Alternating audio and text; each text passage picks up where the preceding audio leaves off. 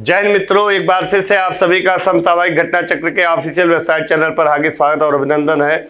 मैं अनस मिर्जा आज आप सभी के सामने फिर से उपस्थित हुआ हूँ एक बहुत ही महत्वपूर्ण टॉपिक लेकर। हिंदी विषय सामने लिखा हुआ है। जैसा कि आज का जो हमारा टॉपिक है वो है क्रिया, और क्रिया एक बहुत ही महत्वपूर्ण टॉपिक है। यहाँ से हम प्रश्नों को गलत कर देते हैं। सबसे ज़्यादा जो संभावना होती है गलती की वो होती है सकर्मक और अकर्मक क्रियाओं से।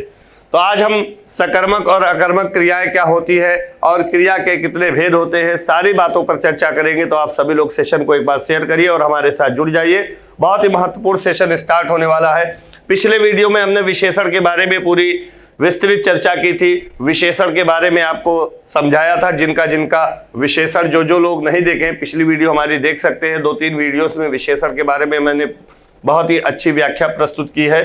तो चलिए आज के सेशन को हम लोग स्टार्ट करते हैं। आज का जो हमारा टॉपिक है वो है क्रिया।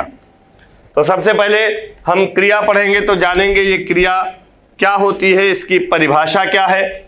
फिर इसके बाद हम लोग देखेंगे क्रिया क्या है। फिर इसके बाद देखेंगे इसके भेद कितने हैं, और भेद जो है वो भी अलग अलग आधारों पर है। तो एक हम लोग देखेंगे कर्म या रचना के आधार पर, और उसके बाद देखेंगे प्रयोग के आधार पर। तो सबसे पहला जो बिंदु है हमारा वो है परिभाषा, यानी क्रिया किसे कहते हैं, इसके बारे में भी हमको जानना होगा। तो आप सभी लोग पढ़े हो कि जिस शब्द से किसी कार्य का करना या होना पाया जाए उसे क्रिया कहते हैं। परिभाषा तो आप लोग जानते ही हो कि जिस शब्द से किसी कार्य के करने या होने का बोध हो उसे क्या कहते हैं, क्रिया कहते हैं। क्रिया का मतलब कार्य का करना या होना पाया जाए। कार्य के करने या होने को क्रिया कहते हैं। इतना तो सभी लोग जानते हो। अब इसके बाद हम इस पर और भी बातें बताएंगे, तो ध्यान से आप लोग बस जुड़े रहिए, नोट करते रहिए। जैसे हमने लिख दिया पढ़ना, तो पढ़ना शब्द क्या है, क्रिया है। पढ़ना क्रिया का मतलब पढ़ने का कार्य होना पाया जा रहा है। हमने लिख दिया लिखना, लिखना क्या हो जाएगी, क्रिया हो जाएगी। हमने आपसे बोल दिया उठना, तो उठना, बैठना, खाना, पीना, रोना, सोना, जगना, ये सभी क्या है, क्रियाएं हैं। इनसे किसी कार्य के होने की ही सूचना मिलती है। अब अगला जो पॉइंट दिया है क्रिया क्या है, तो यहां पर मैंने आपके स्क्रीन के सामने लिखा हुआ है क्रिया एक विकारी शब्द है। और आप जानते हो विकारी शब्द ऐसे शब्द को कहते हैं जो अपने रूप में परिवर्तन करते रहते हैं। यानी ऐसे शब्द जिनका रूप सदैव स्थिर नहीं होता है बल्कि परिवर्तन होता है, ऐसे शब्द विकारी शब्द होते हैं। और जो क्रिया है वो कैसा शब्द है, एक विकारी शब्द है। अब अगर पूछा जाए कि किस आधार पर परिवर्तन होता है, तो लिंग के आधार पर परिवर्तन हो सकता है, वचन के आधार पर परिवर्तन हो सकता है, काल के आधार पर परिवर्तन हो सकता है। इनमें से किसी एक आधार पर यदि कोई शब्द परिवर्तित हो जा रहा है तो ऐसा शब्द क्या कहलाता है, विकारी शब्द। और जो क्रिया है ये विकारी शब्द है। जैसे आपको एग्जाम्पल के तौर पे हम समझाते हैं। जैसे एक क्रिया मैंने लिख दिया जाना, जाना क्रिया है। अब जाना क्रिया का अगर वर्तमान काल का रूप लिखेंगे तो हम लिख देंगे जाता है। अगर इसी का भूतकाल लिखेंगे तो लिख देंगे जाता था। अगर हम भविष्य काल लिखेंगे तो लिखेंगे जाएगा। अब यहां पर देखिए क्रिया जो है जाना, इसके कई रूप है, अपना रूप बदल रही है काल के आधार पर। अगर इसी का हम स्त्रीलिंग लिख देंगे तो क्या बन जाएगा, जाती है। अगर इसका स्त्रीलिंग लिखेंगे जाती थी, या इसका स्त्रीलिंग लिख देंगे तो जाएगी।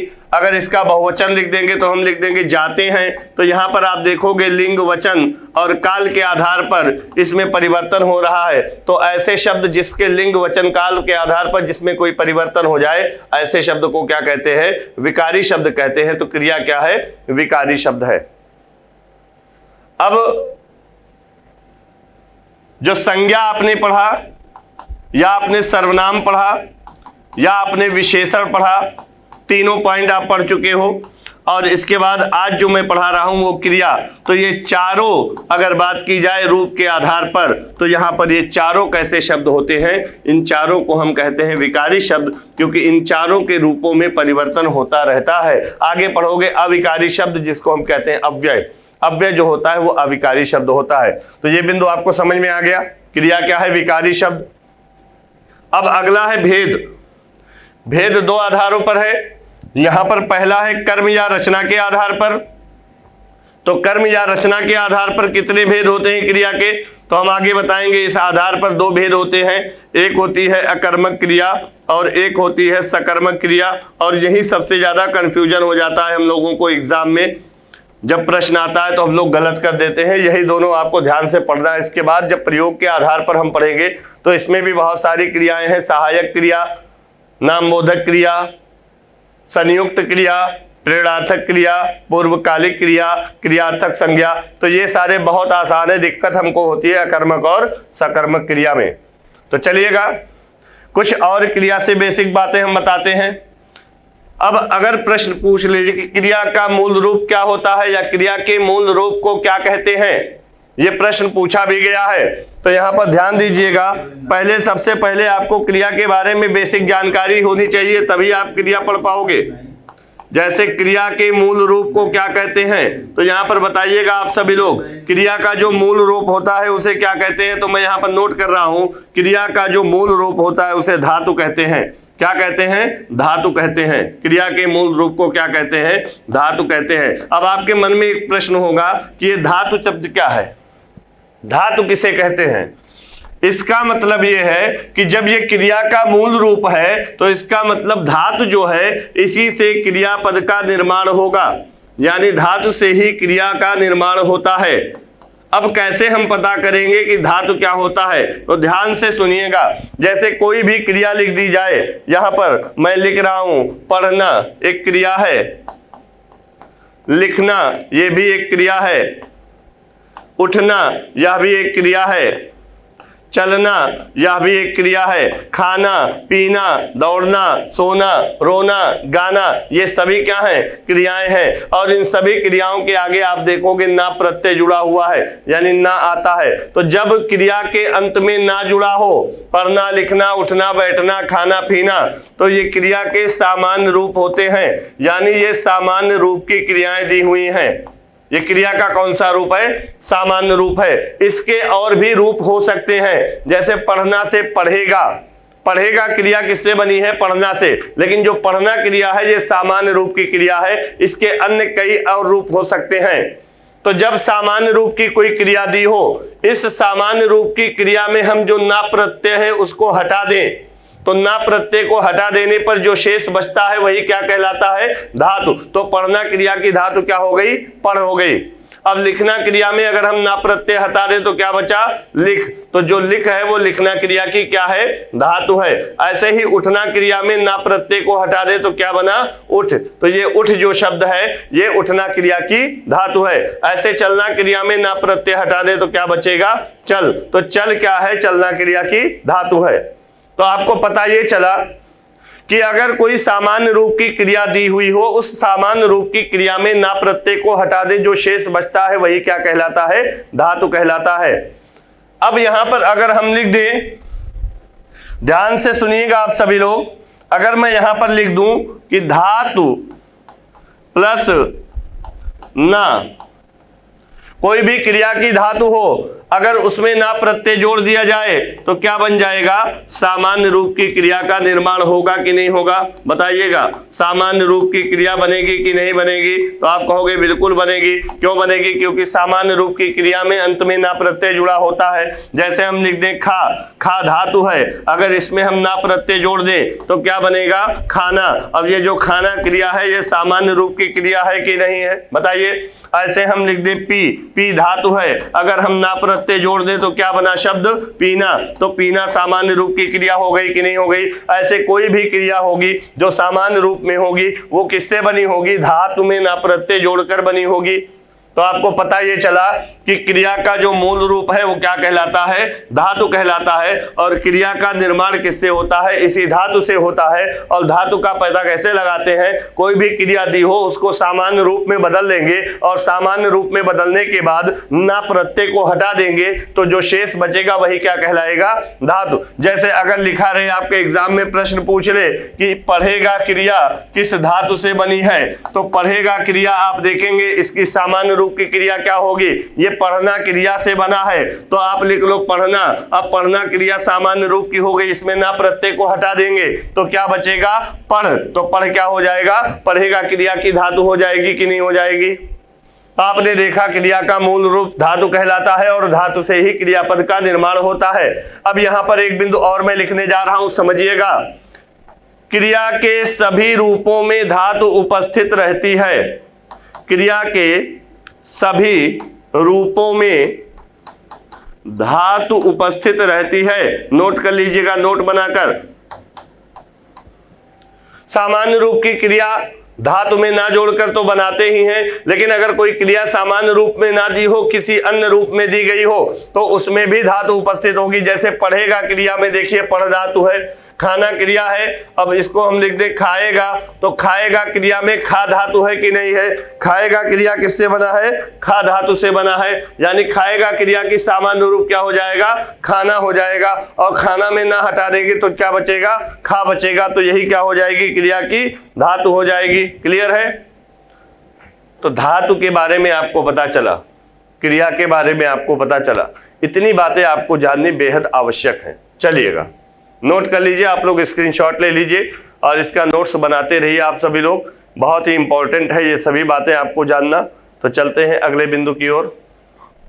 अब यहाँ पर क्रिया के भेद में हमने देखा, सबसे पहला यहाँ पर बना हुआ है स्ट्रक्चर, कर्म अथवा रचना के आधार पर क्रिया के भेद। चाहे कर्म के आधार पर पूछे या रचना के आधार पर पूछे, क्रिया कितने प्रकार के होते हैं, तो यहाँ पर दो भेद बनाया हुआ है। तो हम इसको लिख देते हैं दो भेद होते हैं। एक होती है अकर्मक क्रिया और दूसरी होती है सकर्मक क्रिया। आपके सामने स्क्रीन पर बना हुआ है। अब हमको ये जानना है कि अकर्मक क्रिया किसे कहते हैं और सकर्मक क्रिया किसे कहते हैं। तो यहाँ पर देखिएगा, अकर्मक का मतलब बिना कर्म के, अर्थात कर्म रहित क्रिया। क्या हो जाएगा? कर्म रहित क्रिया। कर्म रहित का मतलब जिस क्रिया के साथ कर्म ना हो। और सकर्मक शब्द से ही पता चल रहा है, सा का मतलब साथ, यानी अगर क्रिया कर्म के साथ हो, यानी कर्म सहित क्रिया हो, तो वो क्या कहलाएगी? सकर्मक क्रिया कहलाएगी कि नहीं कहलाएगी? बताइएगा आप सभी लोग। तो कर्म रहित क्रिया होगी तो वही अकर्मक होगी। यानी क्रिया के साथ जब कर्म प्रयुक्त नहीं होगा तो ऐसी क्रिया क्या होगी? अकर्मक होगी। और जब क्रिया के साथ कर्म प्रयुक्त होगा, यानी क्रिया कर्म सहित होगी, तो ऐसी क्रिया क्या कहलाएगी? सकर्मक क्रिया कहलाएगी। अभी इसके बारे में आपको इतना तो पता ही होगा पहले से, ये शब्द से ही पता चल रहा है। जो भी मैंने अभी तक बातें बताई वो इस शब्द को देखकर ही पता चल रहा है। अब आप कैसे पता करोगे कि क्रिया के साथ कर्म है या कर्म नहीं है? अगर है तो सकर्मक, नहीं है तो अकर्मक। यही तो है। तो यहां पर एक बात मैं बताता हूं, आप सभी लोग नोट कर लीजिएगा, ये इंपॉर्टेंट है। नोट में बना के लिख दे रहा हूं। नोट, जो कर्म है या कर्ता, ये दोनों क्या हैं? कारक हैं कि नहीं है? हिंदी में 8 कारक हैं, उनमें से एक कारक कर्ता है और एक कारक कर्म है। आगे आप पढ़ोगे कर्म कारक, करण कारक, संप्रदान कारक, अपादान कारक, अधिकरण कारक, संबोधन कारक। तो कर्ता से लेकर संबोधन तक हिंदी में 8 कारक हैं। तो ये कारक ही तो हैं। कर्ता हो या कर्म हो, ये दोनों किस रूप में है? कारक के रूप में है। अब यहां पर एक बात आपको नोट करना है कि जो भी कारक होंगे वो या तो संज्ञा के रूप में होंगे और या तो सर्वनाम के रूप में होंगे। यानी कारक जो होते हैं वो संज्ञा या सर्वनाम के रूप में ही होते हैं। इसके अलावा अन्य कोई शब्द कारक नहीं बन सकते। यानी जो भी कारक दिया होगा वो या तो संज्ञा होगा और या तो सर्वनाम होगा। इसके अलावा अन्य कोई शब्द कारक नहीं होता है। यानी जब वाक्य में कर्म आएगा तो वो संज्ञा के रूप में आएगा या सर्वनाम के रूप में आएगा, या कर्ता वाक्य में होगा तो या तो संज्ञा के रूप में होगा या तो सर्वनाम के रूप में होगा। इतनी बात आपको पता होनी चाहिए। इसके अलावा अधिकरण कारक हो, संबंध कारक हो, कोई भी कारक होगा वो संज्ञा या सर्वनाम के रूप में ही होगा। तो ये आपको पता चल गया कि जो कारक होते हैं वो संज्ञा या सर्वनाम के रूप में होते हैं और कर्म और कर्ता दोनों क्या है? कारक। अब कर्ता कारक किसे कहते हैं? कर्ता का मतलब होता है करने वाला। कर्ता का मतलब क्या होता है? करने वाला।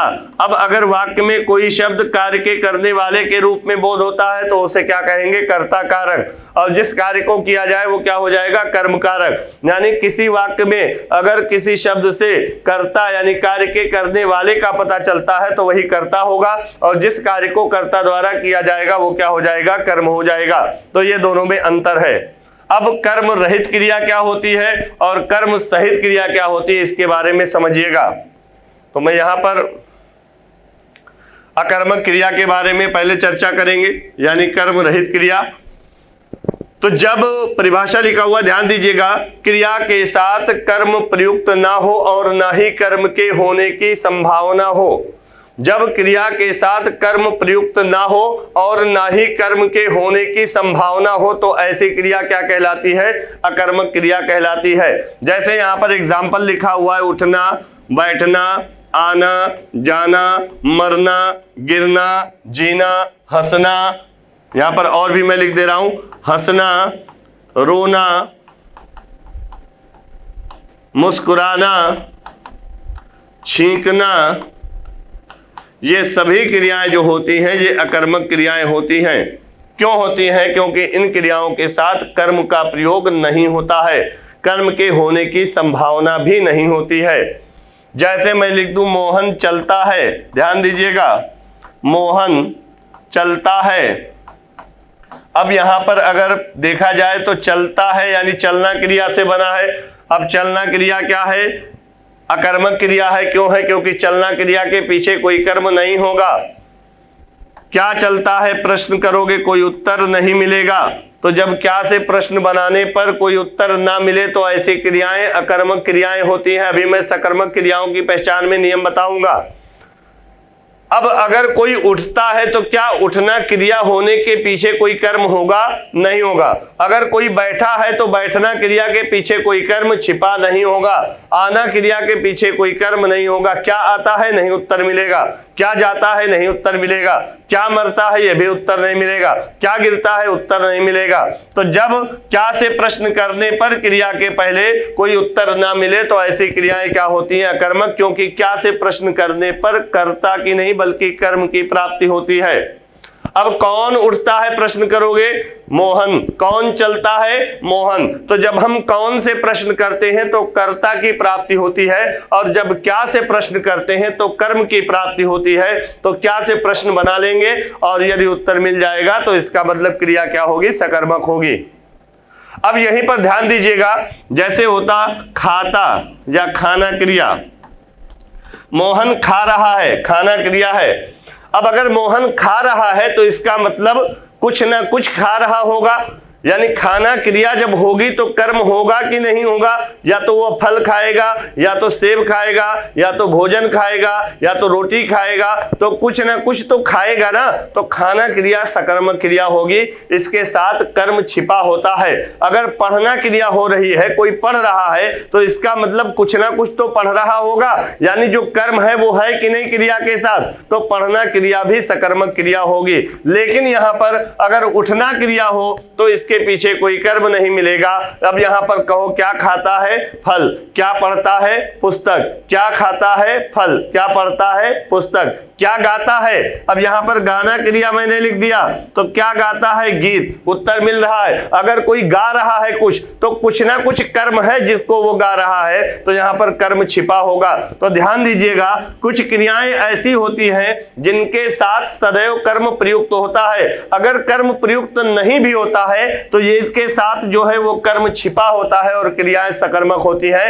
अब इसके अलावा हम इन सारे क्रियाओं को देखेंगे तो आना, जाना, मरना, गिरना, उठना, बैठना, हंसना, रोना, मुस्कुराना, छींकना, इनके पीछे कोई कर्म नहीं है। जैसे हम कह दें मोहन हंसता है, क्या हंसता है, कोई उत्तर नहीं मिलेगा। मोहन करता हो गया, कर्ता का मतलब हंसने का कार्य करने वाला कौन है, मोहन है। हंसना क्रिया हो गई, तो क्या हंसता है, यहां पर कर्म नहीं मिलेगा, तो क्रिया क्या हो जाएगी, अकर्मक। जैसे ध्यान दीजिएगा, अब सकर्मक क्रिया भी पढ़ लेते हैं तो दोनों को हम बता देते हैं एक साथ उदाहरण के तौर पर। यहां जब क्रिया के साथ कर्म प्रयुक्त हो, अगर क्रिया के साथ कर्म प्रयुक्त होगा तो क्रिया सकर्मक होगी, और यदि कर्म प्रयुक्त ना भी हो तो यदि कर्म छिपा हो, यहां ध्यान दीजिएगा, अगर क्रिया के साथ कर्म प्रयुक्त ना भी हो वाक्य में और लेकिन कर्म छिपा हो तो भी क्रिया क्या होगी, सकर्मक होगी। जैसे पढ़ना, लिखना, खाना, पीना, गाना, और भी बहुत सारी क्रियाएं हैं, लेना, देना, फेंकना, ये सभी क्रियाएं क्या हो जाएंगी, सकर्मक हो जाएंगी। जैसे हम लिख दें मोहन पुस्तक पढ़ता है। मोहन पुस्तक पढ़ता है। अब यहां पे ध्यान दीजिएगा, मोहन पुस्तक पढ़ता है। पढ़ता है क्या हो गई? क्रिया। क्या हो गई? क्रिया हो गई। अब कौन पुस्तक पढ़ रहा है? पता चला पुस्तक पढ़ने का कार्य कौन कर रहा है? मोहन कर रहा है, तो मोहन हो गया कर्ता। अब क्या पढ़ता है? पढ़ने के पीछे क्या कर्म छिपा है या क्या कर्म दिया है? पुस्तक। यहां पर तो दिया है पुस्तक, पुस्तक कर्म हो गया, तो क्रिया कर्म के साथ आई, इसलिए कौन सी क्रिया हो जाएगी? सकर्मक हो जाएगी। अगर यहीं पर दिया होता मेरे प्यारे बच्चों कि मोहन पढ़ता है, केवल दिया होता कि मोहन पढ़ता है, अब यहां पर इस वाक्य में पूछ लेता कि सकर्मक क्रिया है या अकर्मक, तो यहां पे मोहन तो कर्ता हो गया, पढ़ने का कार्य कौन कर रहा है? मोहन। पढ़ता है क्रिया हो गई। अब यहां पर पूछ ले सकर्मक क्रिया है कि अकर्मक क्रिया है, तो आप यहां पे कर्म देखोगे दिया नहीं है, लेकिन पढ़ना क्रिया दिया है, इसका मतलब कर्म छिपा है। और उस कर्म को ढूंढने के लिए हम क्या से प्रश्न करेंगे? क्या पढ़ता है? तो कुछ ना कुछ कर्म जो होगा वो उत्तर के रूप में मिलेगा। पुस्तक पढ़ता है या पत्र पढ़ता है या कुछ ना कुछ पढ़ेगा, किताब पढ़ता है, तो यहां पर क्रिया क्या हो जाएगी? सकर्मक हो जाएगी। इस तरह से मैंने यहां पर जो लिखा है परिभाषा में, कर्म प्रयुक्त ना हो तो भी यदि कर्म छिपा हो तो भी सकर्मक क्रिया होती है। क्लियर हो गया? अब हम कुछ उदाहरण के तौर पर आपको वाक्य लिख रहे हैं। अब इसमें आपको बताना है कि सकर्मक क्रिया है या अकर्मक क्रिया है। जैसे मैं लिख दूं एक वाक्य, मोहन चलता है। मोहन चलता है। एक वाक्य में और लिख दे रहा हूं कि मोहन साइकिल चलाता है। मोहन साइकिल चलाता है। चलिए एक वाक्य में और लिख दे रहा हूं, मोहन फल खाता है। एक और लिख दे रहे, मोहन सुबह उठता है। एक वाक्य और लिख दे रहा हूं कि मोहन तेज दौड़ता है। मोहन विद्यालय जाता है।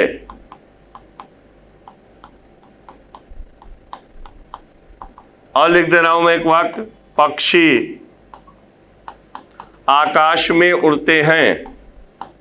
पक्षी आकाश में उड़ते हैं। चलिए अब आप सभी लोग इसको बताइए किसमें सकर्मक क्रिया होगी और किसमें अकर्मक क्रिया होगी। फटाफट कमेंट करके उत्तर दीजिए आप सभी प्यारे बच्चों, फटाफट बताइएगा किसमें सकर्मक होगी और किसमें अकर्मक होगी। तो ध्यान दीजिएगा, यहाँ पर जो पहला वाक्य दिया है मोहन चलता है, यहाँ पर क्रिया क्या है? चलता है। अब चलता है क्रिया सकर्मक है कि अकर्मक? ध्यान से देखिएगा। सबसे पहले हम चेक करेंगे पद परिचय के तरीके से, पदों को पहचानेंगे कि कर्म आया है या नहीं आया है। तो यहाँ पर आप देखेंगे मोहन चलने का कार्य कर रहा है, मोहन क्या हो गया? कर्ता हो गया। चलता है क्या हो गई? क्रिया हो गई। अब यहाँ पे कर्म तो दिया नहीं है, अब कर्म नहीं दिया है तो हम कर्म को खोजेंगे। अब खोजने के लिए हमको क्या करना है? कर्म क्रिया के पहले क्या प्रश्न लगा लेना है। तो कहोगे क्या चलता है? क्या उत्तर मिलेगा? नहीं मिलेगा, तो क्रिया क्या हो जाएगी? अकर्मक हो जाएगी कि नहीं हो जाएगी? अब यहाँ पर देखिए मोहन साइकिल चलाता है। अगर मोहन साइकिल चलाता है वाक्य दिया है तो इसमें मोहन क्या होगा? कर्ता होगा, क्योंकि मोहन साइकिल चलाने का कार्य कर रहा है। चलाता है क्या हो गई? क्रिया हो गई। क्या चलाता है? उत्तर मिल गया साइकिल, तो क्रिया क्या हो गई? यहाँ पर सकर्मक हो गई। बात समझ में आई? अब यहाँ पर मोहन फल खाता है, यहाँ पर भी मोहन क्या हो गया? कर्ता हो गया। अब यहाँ पर खाता है शब्द क्या हो गई? क्रिया हो गई। अब यहाँ पर प्रश्न करो क्या खाता है? उत्तर मिलेगा फल। कर्म मिल गया फल, तो यहाँ पर क्रिया क्या हो गई? सकर्मक हो गई। ऐसे ही चौथे वाले वाक्य में आप देखोगे कि मोहन सुबह उठता है, यहाँ पर क्रिया उठता है। अब यहाँ पर मोहन करता है, अब उठता है और कर्ता भी आ गया, क्रिया भी आ गई। अब चेक करेंगे सुबह क्या है, तो सुबह कर्म है कि नहीं है? क्या उठता है? उत्तर नहीं मिला, इसका मतलब ये कर्म नहीं है, तो क्रिया क्या हो गई? अकर्मक हो गई। उठना क्रिया ही अकर्मक क्रिया होती है, मैंने पीछे समझाया था। अब यहाँ पर दिया है मोहन तेज दौड़ता है, तो तो यहाँ पर भी मोहन कर्ता हो गया और दौड़ता है क्रिया हो गई। क्या दौड़ता है उत्तर मिलेगा? नहीं मिलेगा। तो जब क्या से प्रश्न करने पर उत्तर नहीं मिल रहा है तो क्रिया अकर्मक हो गई कि नहीं हो गई? तेज शब्द यहाँ पर दौड़ना क्रिया की विशेषता बता रहा है तो ये क्रिया विशेषण होगा। अगला देखते हैं, मोहन विद्यालय जाता है। जाता है क्रिया हो गई। अब क्या जाता है प्रश्न करोगे तो उत्तर नहीं मिलेगा तो क्रिया क्या हो जाएगी? अकर्मक हो जाएगी। यहाँ पर विद्यालय कर्म नहीं है, समझ में आया कि नहीं? विद्यालय कर्म नहीं है क्योंकि जाना आना ये सारी क्रियाएं अकर्मक क्रियाएं होती हैं, इनके साथ कर्म प्रयुक्त नहीं होता। पक्षी आकाश में उड़ते हैं। अब क्या उड़ते हैं प्रश्न करोगे तो उत्तर नहीं मिलेगा। नहीं मिलेगा तो क्रिया क्या हो गई? अकर्मक। उड़ने का काम कौन कर रहा है? पक्षी, तो पक्षी हो गए कर्ता। अब आकाश में उड़ते हैं तो आकाश कर्म नहीं होगा। यहाँ पर आप जब कारक पढ़ोगे तो कर्ता ने कर्म को करण से संप्रदान के लिए अपादान से अधिकरण में पर, तो यहाँ पर ये अधिकरण कारक के रूप में आया है, इसलिए ध्यान दीजिएगा कि इसका मतलब ये नहीं कि कर्ता और क्रिया के बीच में जो भी पद आ जाए वो कर्म के रूप में होगा, ऐसा बिल्कुल नहीं है। तो उड़ना क्रिया क्या हो गई? अकर्मक हो गई। तो समझ में आई बात? स्क्रीनशॉट लीजिए आप सभी लोग। तो सकर्मक क्रिया का मतलब होता है कि जब क्रिया के साथ कर्म प्रयुक्त हो अथवा कर्म ना भी हो, यदि कर्म छिपा हो तो क्रिया सकर्मक होती है। और कर्म छिपा होगा तो हम कैसे उसको निकालेंगे और उसके पहले हम क्या प्रश्न करेंगे और क्या प्रश्न करने पर यदि उत्तर मिल जाए तो क्रिया क्या होगी? सकर्मक होगी। समझ में आई बात? चलते हैं।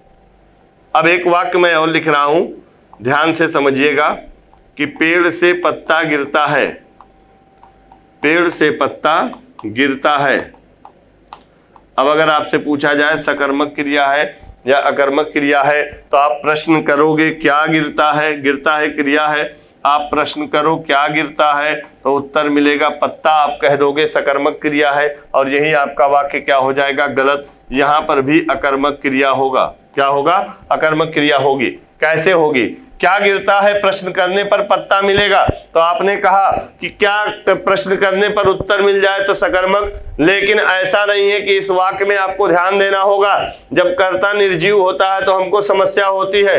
पेड़ से पत्ता गिरता है यानी पेड़ से पत्ता अलग हो रहा है, और जब अलगाव के लिए से विभक्ति आता है तो वह कौन सा कारक होता है? वह अपादान कारक हो जाता है। तो यहाँ पर पेड़ क्या हो गया? अपादान कारक हो गया। अब यहाँ पे ये तो अपादान कारक हो गया, कर्ता कारक है नहीं। पत्ता गिर रहा है तो पत्ता तो कर्म होगा नहीं। यहाँ पर अगर हम लिख देते मोहन गिरता है, यहाँ पर ध्यान दीजिएगा, अगर सजीव कर्म रख देते मोहन गिरता है, अब प्रश्न करते क्या गिरता है, तो क्या उत्तर मिलता? मोहन नहीं मिलता। इसका मतलब मोहन जो है ये कर्ता है, कर्म नहीं है। तो वैसे यहाँ पर भी पत्ता कर्म नहीं है, इसलिए क्रिया क्या होगी? अकर्मक होगी। इस बात को आपको ध्यान देना होगा।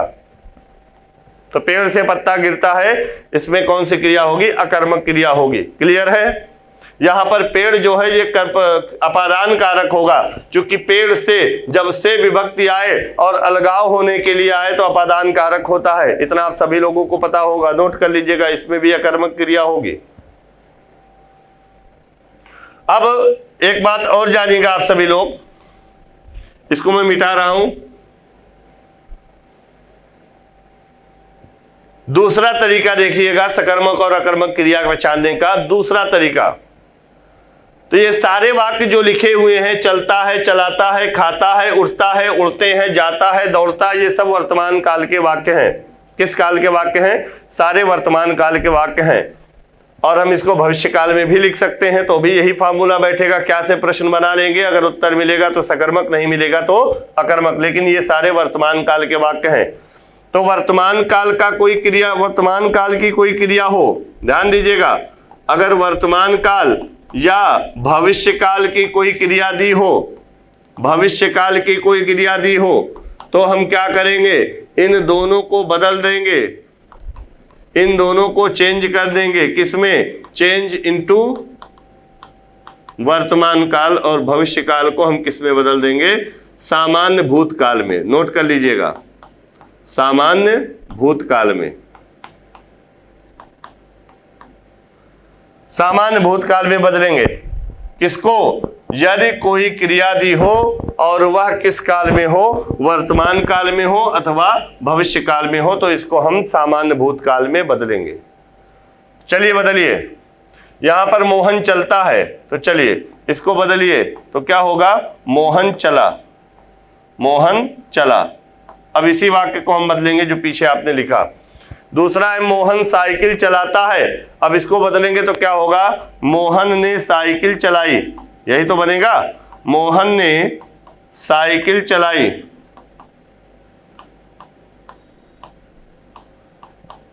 चलिए अगले वाक्य को बदलते हैं।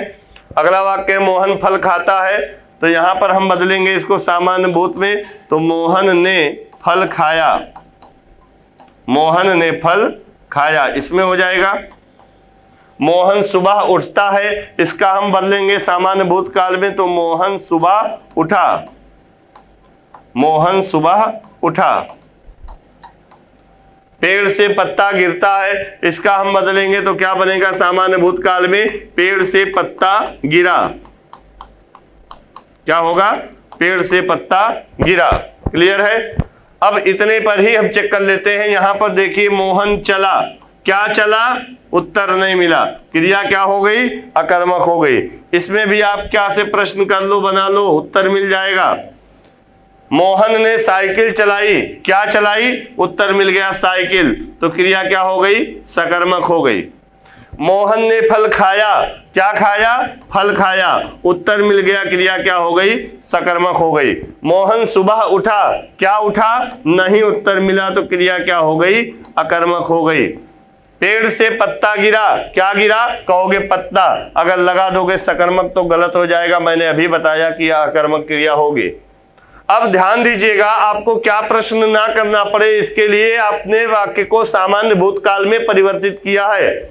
अब सामान्य भूतकाल में जहां जहां कर्ता के साथ ने आ जाए, जहां जहां कर्ता के साथ ने आ जाए, ऐसे वही जो क्रिया होगी वो कौन सी होगी, सकर्मक होगी। तो यहां पर नोट कर लीजिएगा कि किसी वाक्य को हम सामान्य भूतकाल में बदल लेते हैं और सामान्य भूतकाल में यदि कर्ता के साथ ने का प्रयोग हो जाए तो इसका मतलब यह है क्रिया सकर्मक होगी। और यहां पर आपने देखा है कि जहां पर कर्ता के साथ ने का प्रयोग नहीं हुआ है वहां पर क्रिया अकर्मक है, सकर्मक क्रिया नहीं है। ऐसे यहां पर देखिए पेड़ से पत्ता गिरा, कहीं पर भी ने का प्रयोग नहीं हुआ है कर्ता के साथ, तो क्रिया क्या हो गई, अकर्मक हो गई। अब कोई भी सकर्मक क्रिया वाला वाक्य ले लिया जाए, जैसे हम अगर वर्तमान काल में लिख दें मोहन, ध्यान दीजिएगा नीचे मैं लिख दे रहा हूं मोहन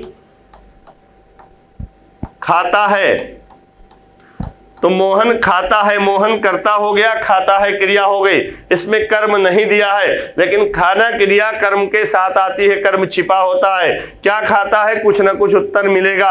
अब इसको हम बदलेंगे अगर भूतकाल में, सामान्य भूतकाल में, तो क्या बनेगा, मोहन खाया या मोहन ने खाया, तो क्या बनेगा, मोहन ने खाया।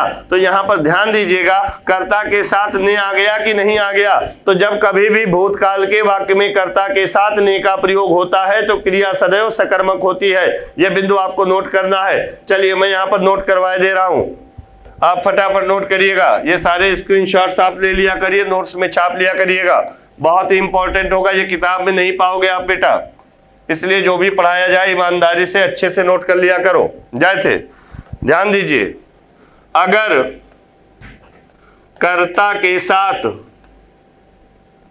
ने जुड़ा है, ने विभक्ति, कर्ता के साथ कौन सी विभक्ति जुड़ी है, ने विभक्ति जुड़ी है। ध्यान दीजिएगा, कर्ता के साथ अगर ने विभक्ति जुड़ी है, बड़ा बड़ा लिख देते हैं कि आपको साफ दिखे इस रूप में, तो इसका मतलब क्या होगा, इसका दो सेंस निकलेगा। यानी जो क्रिया होगी, क्रिया वो किस काल में होगी, वो सदैव भूतकाल में होगी। किस काल में होगी, भूतकाल में होगी। सामान्य भूतकाल लिख सकते हैं। और जो क्रिया होगी वो अकर्मक और सकर्मक के आधार पर देखें तो कौन सी क्रिया होगी, तो सकर्मक क्रिया होगी। नोट कर लीजिएगा, कब, जब कर्ता के साथ ने जुड़ा हो तो क्रिया सामान्य भूतकाल और क्रिया सकर्मक होगी। ये दो बिंदु याद कर लीजिएगा, रट लीजिएगा। अब अन्य किसी वाक्य में, किसी भी काल में, इसके अलावा भूतकाल के अलावा वर्तमान या भविष्य काल में कोई वाक्य होगा तो उसके साथ कर्ता के साथ ने का प्रयोग नहीं होगा।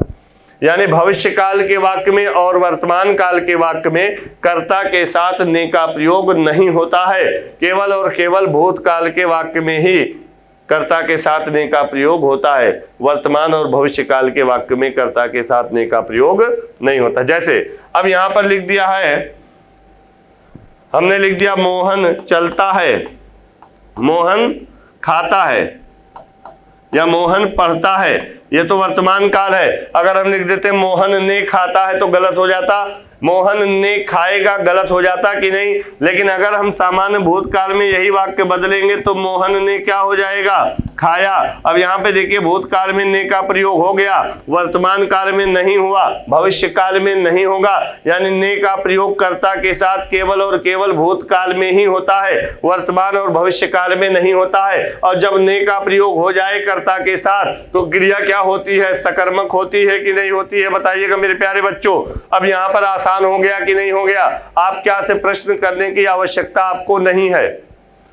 अब जैसे एक वाक्य में लिख दूं, इतनी बात समझ गए हो तो बहुत अच्छी बात है। अब इधर समझने का प्रयास कीजिएगा। मैं लिख रहा हूं कि राम ने रावण को मारा।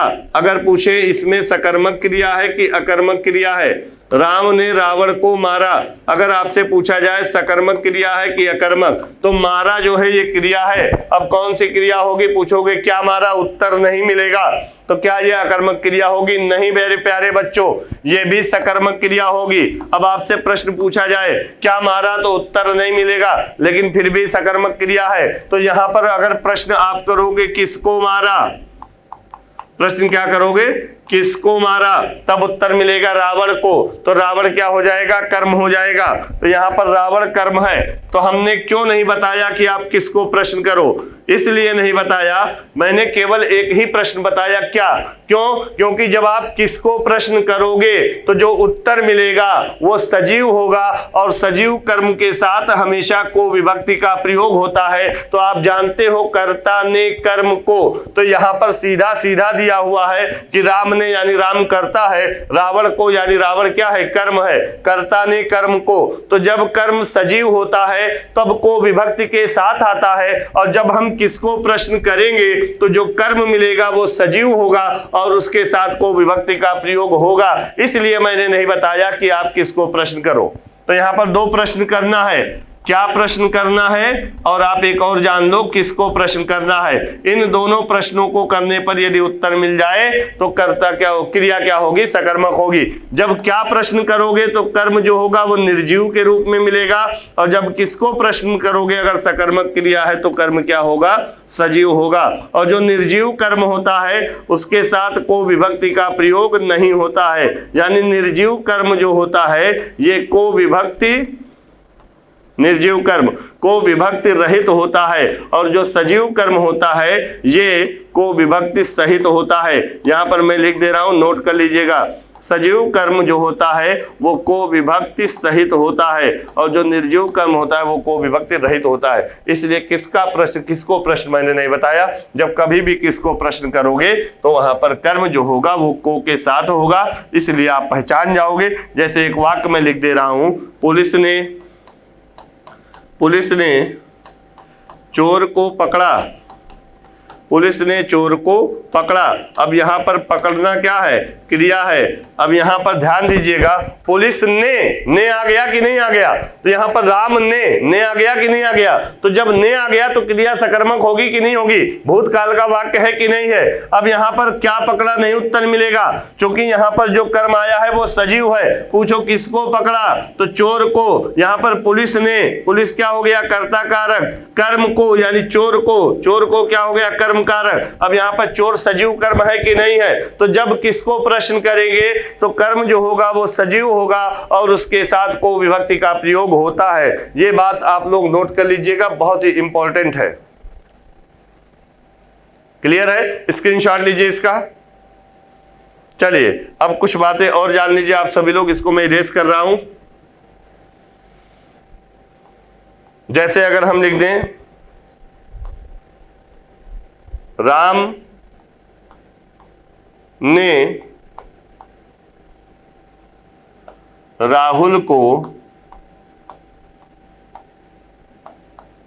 पीटा,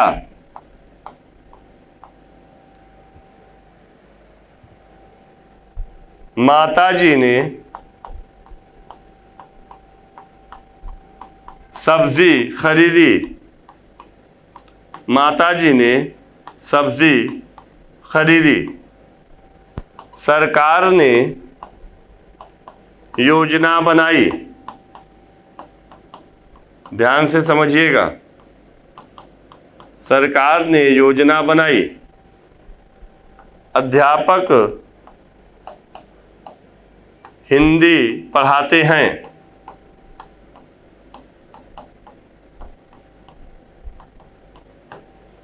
और लिख दे रहा हूं मैं, अध्यापक ने हिंदी पढ़ाई। यहां पर ध्यान दीजिएगा, पहला वाला वाक्य है कि राम ने राहुल को पीटा। यहां पर पीटा क्या हो गई? क्रिया हो गई। किसको पीटा? राहुल को। राहुल क्या हो गया? कर्म हो गया। राहुल सजीव कर्म है, इसलिए को विभक्ति के साथ आया है। क्लियर है? यहां पर राम ने, ये क्या हो गया? कर्ता। तो जब राम ने कर्ता के साथ ने लगा है तो क्रिया सकर्मक होगी कि नहीं होगी? बताइए। अगर लिख देता राम ने पीटा, किसको पीटा? कोई ना कोई कर्म छिपा है कि नहीं? अगर राम ने पीटने का कार्य किया है तो कुछ ना कोई वस्तु है या कोई ना कोई व्यक्ति है जिसको राम ने पीटा। तो यहाँ पर पीटा क्रिया क्या हो गई? सकर्मक क्रिया हो गई। अब यहाँ पर आप ज्यादा प्रश्न ना करो, सीधा देख लो, कर्ता के साथ भूतकाल के वाक्य में ने आया है कि नहीं आया है? आया है तो क्रिया सकर्मक होगी कि नहीं होगी? ऐसे देखिए, माता जी ने सब्जी खरीदी। क्या खरीदी? सब्जी। अब यहाँ पर क्या प्रश्न करोगे? क्यों? क्योंकि यहाँ पर सब्जी जो है वो निर्जीव कर्म है। माता जी ने खरीदी तो कुछ ना कुछ, अगर माता जी ने खरीदने का कार्य किया है तो कुछ ना कुछ तो खरीदा होगा, तो क्रिया सकर्मक होगी कि नहीं होगी? यहाँ पर सब्जी क्या हो जाएगा? कर्म हो जाएगा। ऐसे ही देखेंगे, सरकार ने आ गया यानी कर्ता ने आ गया, तो इसका मतलब क्रिया सकर्मक होगी। योजना बनाई, प्रश्न करो क्या बनाई, तो उत्तर मिलेगा योजना। तो योजना क्या हो जाएगा? कर्म हो जाएगा कि नहीं हो जाएगा? ऐसे लिखा, अध्यापक हिंदी पढ़ाते हैं। अब यहाँ पर वर्तमान काल का वाक्य है तो वर्तमान काल के वाक्य में ने नहीं आता। आप ऐसा मत सोचिएगा कि हर वाक्य में ने आएगा तभी क्रिया सकर्मक होगी। अगर भूतकाल में ने आया है तो क्रिया सकर्मक होगी, क्योंकि वर्तमान काल में कर्ता के साथ ने का प्रयोग नहीं होता। तो अध्यापक हिंदी पढ़ाते हैं, प्रश्न करो क्या पढ़ाते हैं, उत्तर मिल जाएगा हिंदी। तो हिंदी क्या हो जाएगा? कर्म। क्रिया क्या हो जाएगी? सकर्मक। और आप जानते हो कि पढ़ाना क्रिया क्या होती है? सकर्मक क्रिया होती है। ऐसे ही अध्यापक ने, यहाँ पर देखिए, इसी को हम भूतकाल में बदल दिए, अध्यापक ने आ गया, इसका मतलब क्रिया क्या हो गई? सकर्मक हो गई। पढ़ाना क्रिया सकर्मक होती है, लेकिन आप चेक कर सकते हो क्या पढ़ाई, तो उत्तर मिलेगा हिंदी पढ़ाई। क्रिया सकर्मक हो गई। अब यहां पे देखिए, अध्यापक हिंदी पढ़ाते हैं, अध्यापक ने हिंदी पढ़ाई, यहां पर पुल्लिंग क्रिया है और यहां पर स्त्रीलिंग क्रिया है। माता जी ने सब्जी खरीदी, सरकार ने योजना बनाई। तो यहां पर आप देख रहे हो क्रिया बदल रही है, कहीं स्त्रीलिंग में आ रही है, कहीं पुल्लिंग में। अगर यहीं पर माता जी ने यहां पर लिखा होता, मैं लिख दे रहा हूं एक वाक्य और, माता जी ने फल खरीदा होगा कि खरीदी? खरीदा। लेकिन यहां पर सब्जी खरीदी। अब यहां पर देखिए, माता जी स्त्रीलिंग है, लेकिन जो क्रिया खरीदा आया है वो पुल्लिंग है। तो कैसे होगा? कैसे क्रिया किसके अनुसार अपना रूप बदलती है, इस बारे में भी हम क्लास लेंगे। तो आज के सेशन को मैं यहीं पर रोक रहा हूं, आज की क्लास यहीं पर आपको समाप्त कर रहा हूं। फिर मिलते हैं अगले वीडियो में, इसी के आगे की चर्चा हम शुरू करेंगे। तो आज के लिए इतना ही। आप सभी प्यारे बच्चों को जय Hind, all the best, take care.